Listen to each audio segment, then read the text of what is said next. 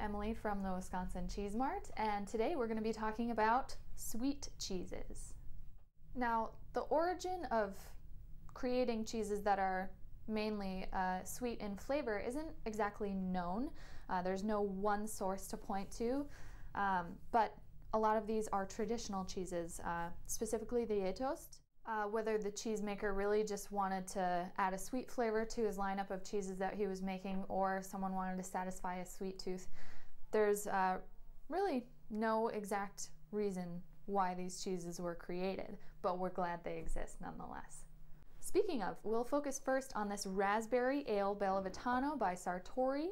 It's their line of Bellavitano cheeses. I've talked about it previously. So this one will be flavored with Raspberry Tart Ale by New Glarus. Now that is a beer. The beer itself is quite tart. It's almost like a lambic or a sour, so it lends itself really nicely to a salty cheese. But in the name as well, it is raspberry ale, so there will be that nice fruity, nice sweet raspberry flavor in there as well. So for this Bellavitano cheese, it is a cheddar parm blend, they like to say, so it will be actually relatively semi-firm. You'll notice that when I take my cheese knife, it will crumble very easily at the end there, making those nice, beautiful little crumbles that you can add to your cheese board, sprinkle on top of a salad, things like that.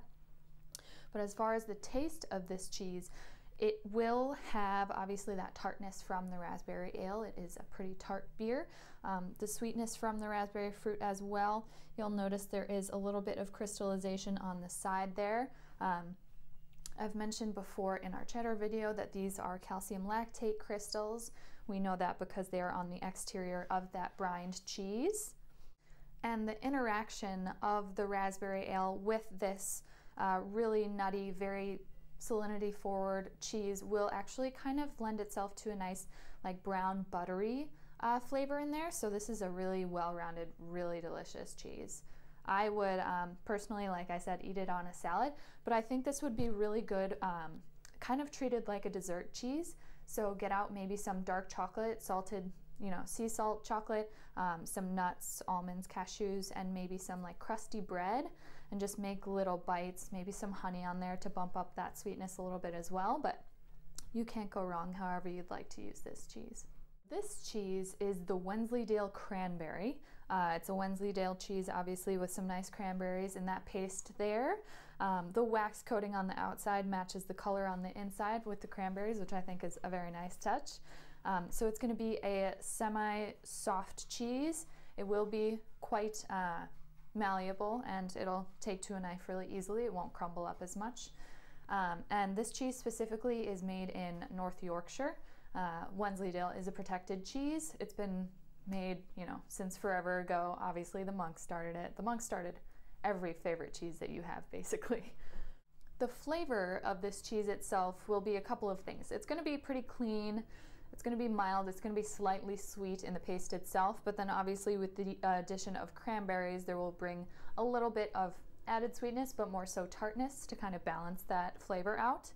And when we go to cut into it and we take a look at that interior paste, it's going to be nice and pale, slight yellow color there.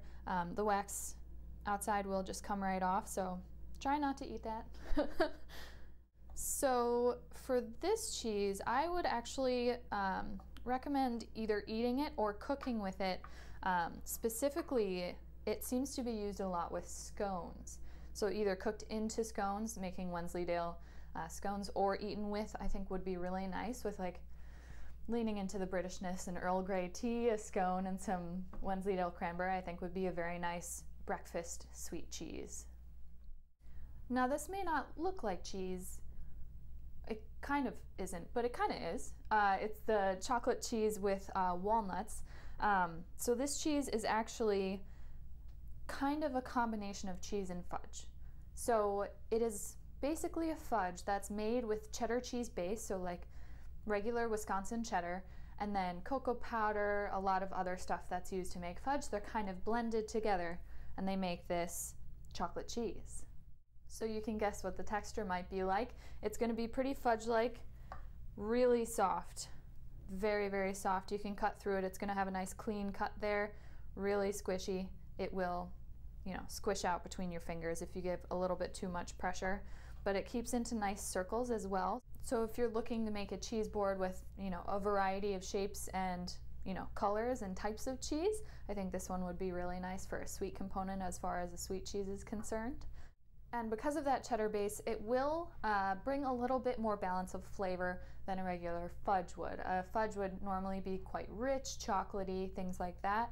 But this one, since it does have a cheddar base, it will punch up the saltiness a little bit, so the balance will kind of come more to a middle ground.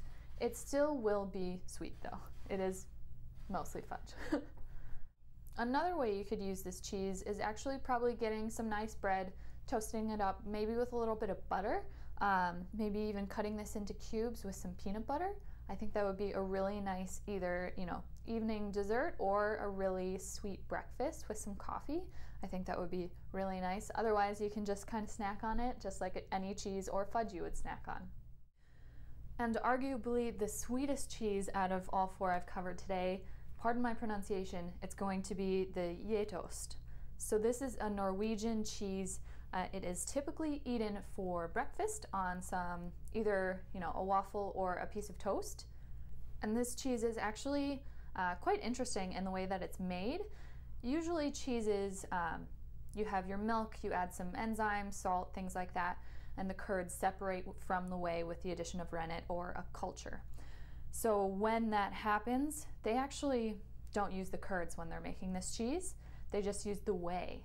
They add milk and some cream, and they cook that combination, and slowly over a couple of hours the sugars in that milk will actually caramelize, and that's what gives it this nice brown color I'll show you in a moment, but also it has really robust caramely toasty notes. It will also be similar in consistency to the chocolate fudge cheese that we have. It is somewhat fudge-like, so we actually won't take a knife to this. We're going to use another Norwegian invention, a planer. So typically you'd see Gjetost in these cube-like shapes. There's actually some really nice decorative ornamental molds that they'd use sometimes in Norway to make them really beautiful, but this is just something you would find in your average grocery store in Norway, this nice plain cube. And when we go to taste this cheese, it will actually have a little bit of tanginess. That's because the milk that is used to make this cheese is actually goat's milk. There's a lot of goats in Norway, especially when you get up to the high mountains. You can't really have cows there, so goat's milk is going to be the base for this cheese. So when a man named Thor actually created this cheese planer, you could, venture a guess that he had this cheese in mind. Because it is fudge-like, you don't really want to use your average knife because it will stick to any, regular kitchen stainless steel knife. Instead, you'd like to use a planer like this so it comes off into nice slices, and you can put it right on top of your bread in the morning for breakfast. As I mentioned before, it's typically eaten for breakfast in Norway, but I've also found some recipes, some really inventive ways to use this cheese if you would like to use it in other ways. Obviously, since it is so sweet and tangy, it might be a nice addition to a cheese board to, throw in actually kind of a unique flavor onto that board. Otherwise, you can actually make a fondue with this. A nice dessert fondue with some, maybe some brown sugar, other things like that. I'm no chef, but I think that would be a really awesome way to use this cheese. And I've actually known a couple of Norwegian American families that have come into our shop in Milwaukee, and they've asked me if we've had Gjetost because they like to eat it around the holidays with their families. They'll really lean into that Norwegian heritage, have some of this cheese, some akvavit, maybe some lutefisk if they're feeling frisky. Thanks for joining me as I covered a couple of the sweet cheeses that we offer at WisconsinCheeseMart.com. If you yourself have had any of these cheeses, please let me know below how you like to eat them or cook with them, what you like to do. If you have a really fun recipe, I would love to hear it.